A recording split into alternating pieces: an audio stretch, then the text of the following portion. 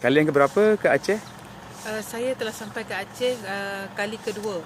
Kali pertama pada tahun 2014 dan yang sekarang adalah pada bulan Ramadan. Sangat suka datang pada bulan Ramadan. Apa yang paling berkesan suasana Ramadan di Aceh?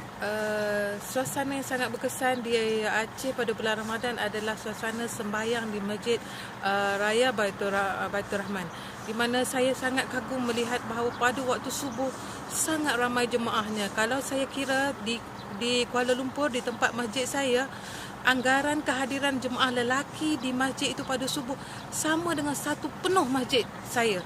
Sampai saya tulis dalam Facebook, dalam saya punya Facebook Jalila Abdullah, saya mengatakan bahawa suasana subuh di masjid ini umpama semayang tarawih di masjid di hadapan rumah saya. Saya kata Masya Allah, ini kekuatan yang ada di Aceh sebenarnya. Itu baru subuh. Bayangkanlah kalau hari Jumaat pada bulan Ramadan, pasti hebat. Dan saya sangat suka di sini adalah di mana suara imam-imam yang menjadi imam di masjid sangat-sangat sedap. Bacaan dan makhrajnya sangat sempurna. Dan inilah pelancongan Islam yang kita kena tegakkan.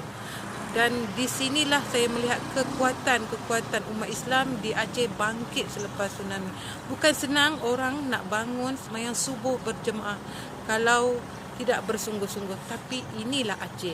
Di sinilah selepas tsunami kita lihat agama bangkit dengan jayanya. Setelah melawat tempat-tempat pelancongan, sejarah, budaya, kemudian tempat-tempat tsunami, apa yang terkesan? Tempat-tempat tsunami semua saya telah ziarahi dan saya tengok orang Aceh sangat hebat. Yang kali yang terbaru saya melawat ialah kapal apung, di mana tak sangka ada muzium dalamnya. Sebelum ni kami hanya melihat dari atas. Kali ni dapat masuk. Masya Allah, sungguh-sungguh orang Aceh seorang yang sangat kreatif, aktif, dan kalau betul-betul digabungkan dengan kekuatan beragama, belajar fardu ain lagi sungguh-sungguh, mereka akan jadi orang yang hebat di dunia ini. Dan saya yakin Aceh boleh bertambah maju lagi sekiranya mereka ditingkatkan lagi dengan pembelajaran yang lebih produktif. Banyak-banyak tempat di Indonesia yang telah dilawati. Apa perbandingan dengan Aceh? Perbandingan dengan Aceh sangat membawa saya rasa bertuhan. Saya rasa Allah sangat dekat dengan saya. Sebab bila melihat pembangunan, saya melihat orang Aceh bersungguh-sungguh. Bila melihat kepada ibadah, orang Aceh pun nampak bersungguh-sungguh. Dan dari segi perniagaan pun mereka bersungguh-sungguh. Dan yang paling saya terkesan di sini, saya tidak takut berjalan di Aceh. Kerana orang-orang di sini sangat menghormati orang-orang luar. Seperti mana saya berada di Aceh ini, terus terang saya seolah-olah berada di Madinah. Sebabnya saya menginap di hotel yang terdekat.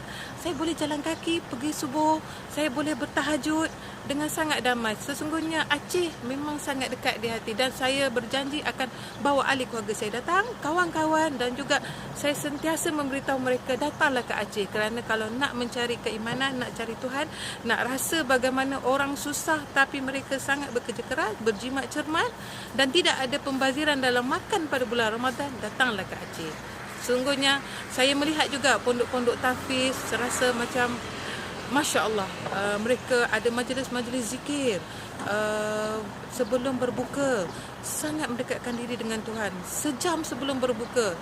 Sedangkan ini selalunya orang akan lalai banyak masa sibuk dengan menghadap juadah. Tapi di pondok-pondok ini mereka berzikir sebelum berbuka. Inilah yang kita kena terapkan dan inilah kita kena bawa pelancongan di Aceh, di mana kita bawa orang datang melawat ke madrasah-madrasah, dayah-dayah, kita lihat amalan anak-anak di sana dengan tuan-tuan gurunya. Dan sesungguhnya pada waktu itu Allah menyebut doa sangat makbul. Maka sebelum berbuka kita digalakkan berdoa, berzikir banyak-banyak. Dan inilah yang saya dapat rasai di sini. Dan terlalu sedih nak tinggalkan Aceh walaupun saya baru 5 hari 4 malam di sini. Sangat merasakan Aceh adalah sebahagian daripada kehidupan saya dan saya akan datang lagi ke sini. Terakhir, boleh perkenalkan diri? Nama saya Puan Hajah Jalila binti Haji Abdullah.